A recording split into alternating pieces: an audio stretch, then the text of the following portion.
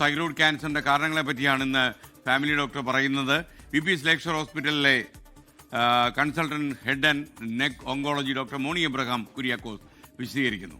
Thank you doctor Moni Abraham Kuriakose. Family doctor supported by VPS lakeshore.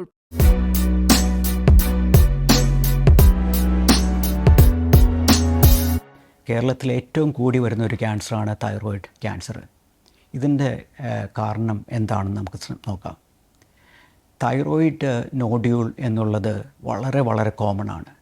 ഒരു 100 പേരെ ultrasound scan വെച്ച് test ചെയ്യുകയാണെങ്കിൽ 60 പേർക്ക് നോഡ്യൂൾ ഉണ്ടാകും.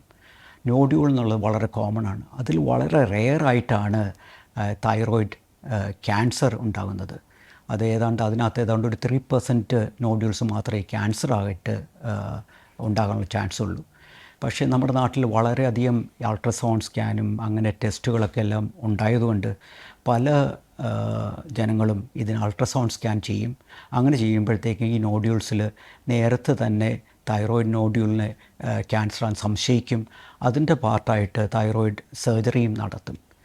എല്ലാ ക്യാൻസറിനെ പോലെയല്ല തൈറോയിഡ് ക്യാൻസർ. ഇത് നമ്മുടെ ശരീരത്തിൽ ഉണ്ടായതുകൊണ്ട് ഏർലി സ്റ്റേജിലാണെങ്കിൽ അതൊരു കുഴപ്പമുണ്ടാകാതെ അവിടെ ഇരിക്കും.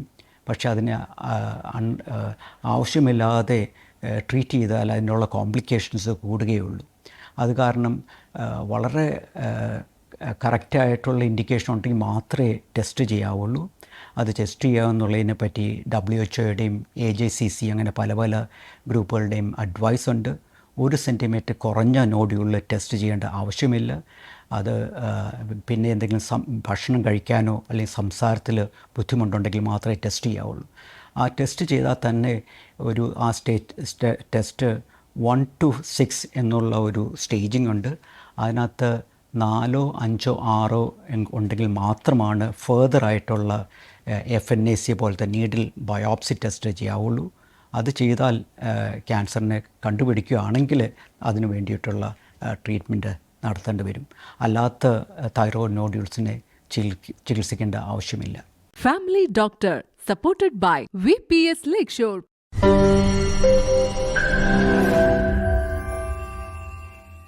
ലോകത്തെവിടെയായാലും ഏത് സമയത്തും 24 വാർത്തകളും ഓഗ്മെന്റഡ് റിയാലിറ്റി പാക്കേജുകളും എക്സ്പ്ലെയിനറുകളും വിശദമായി കാണാൻ ഞങ്ങളുടെ YouTube ചാനൽ നിങ്ങൾക്ക് സബ്സ്ക്രൈബ് ചെയ്യാം.